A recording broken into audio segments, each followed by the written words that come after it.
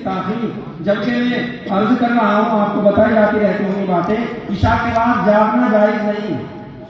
عشاء کے بعد جاگنا جائز نہیں، عشاء کی نماز سے فارغ ہونے کے بعد، سوائے 3 لوگوں کے، ایک بیوی والے شخص کے، ایک طالب علم کے، اور ایک جو سرحد پر پہرا دے رہا ہو اسلامی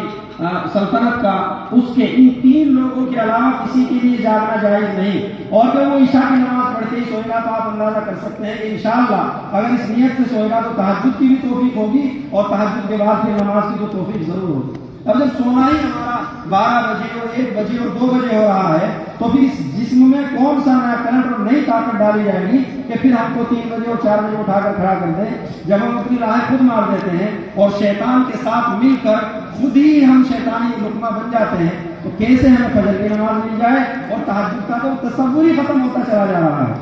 تہجد کا تو نوجوان سوچتے بھی نہیں ہے، وہ یوں سمجھتے ہیں کہ جن بوڑھوں کو نیند نہیں آتی ان بوڑھوں کا کام ہوتا ہوگا تہجد پڑھنا۔ حالانکہ ساری عبادت کرنا، تہجد ہو، اوابین ہو، اشراق ہو، چاشت ہو، یا دیگر نمازیں ہوں، وہ اصل بندگی اور اصل عبادت نوجوانوں کی عبادت ہے۔ اور فرمایا گیا کہ عرش کے نیچے بھی 7 لوگوں کو اللہ تعالیٰ سایہ عنایت فرمائیں گے قیامت کے دن۔ ان 7 لوگوں میں وہ شخص بھی ہوگا کہ جس نے اللہ کی بندگی اور عبادت کرتے ہوئے جوانی کو پروان چڑھایا ہوگا، اور جوانی اس کی آگے بڑھی ہوگی۔ اور نوجوانوں کو یہاں نمازوں کا پتہ نہیں، نمازوں کے لالے پڑ رہے ہیں، اور مسجدیں ہماری خالی ہیں۔ فجر میں خاص طور سے 2-4 بڑی عمر کے بوڑھے لوگ آ جاتے ہیں، ورنہ صفے کی صفے اور مسجدوں کی مسجدیں خالی ہیں۔ یہ موضوع بہت دور ہے، میں تو صرف یہ عرض کرنا چاہتا ہوں، یہ رونے تو بہت زیادہ روئے جا سکتے ہیں اس وقت میں، اور جتنا ان پر افسوس کیا جا سکے اتنا کم ہے، چونکہ تباہ ہو چکی ہے نسل مسلمان، قیامت کے قریب آ چکی ہے، اور اب اصلاح کی شکلیں نظر نہیں آ رہی ہیں۔ کوئی اگر کچھ باتیں دل جلی اور دل لگی کہہ دیتا ہے تو ان کی مخالفتیں ہونے لگتی ہیں، ان کی جڑیں کاٹی جانے لگتی ہیں، ان کو گالیاں اور سہاگیاں ملنے لگتی ہیں، اور ان لوگوں کی مخالفتوں کے لیے متعدد وہ لوگ جو خود غلطی پر ہیں لیکن وہ روشنی دکھانے والے کو تھپڑ مارنے کو مخالفت کرنے کے لیے تیار ہو جاتے ہیں۔ ایک آدمی اندھیرے میں چلا جا رہا ہے،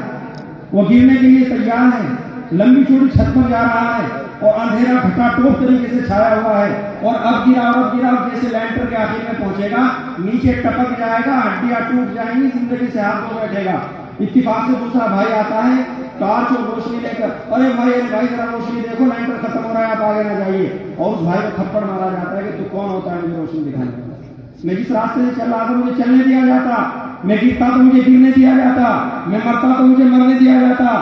تو آپ بتائیے کہ یہ جہالت، نادانی، بے وقوفی، حماقت اگر نہیں ہے اور بیٹی ہی نہیں ہے تو کیا ہے؟ ایک بھائی روشنی دکھا رہا ہے، زندگی کا طرز بتا رہا ہے، وہ زندگی گزارنے کے انداز سکھا رہا ہے، اور اس کو مخالف سمجھا جا رہا ہے، اور گالی گلوچ کی جا رہی ہے، اور ان کی راہیں روکی جا رہی ہیں، اور ان کو کمزور سے کمزور کرنے کی کوشش کی جا رہی ہے۔ کل امان والحدیث ان چیزوں کا تصور بھی پہلے نہیں تھا۔ خیر، میری باتوں کا خلاصہ یہ ہے، وقت بھی پورا ہونے جا رہا ہے، جو مجھے دیا گیا تھا کہ ہم لوگ ان مدارس سے فائدہ اٹھائیں اور اپنے اعمال کا جائزہ لیں۔ ہمارا کوئی ایک عمل نہیں ہے، کھیتیاں کر رہے ہیں، 2 مہینے ایک دوسرے کی کاٹتے ہیں اور گردنیں پھڑواتے اور کٹواتے اور سر پھوڑتے ہیں، گھر گھر میں دشمنیاں گھسی ہوئی ہیں، بیوی شوہر کی اور شوہر بیوی کی نہیں ہے، بچی اپنے ماں باپ کے ہاتھ سے نکلی جا رہی ہیں، اور سب کے سب ماڈرن لوگ بنے جا رہے ہیں اور ہوشیار و عقلمندی کے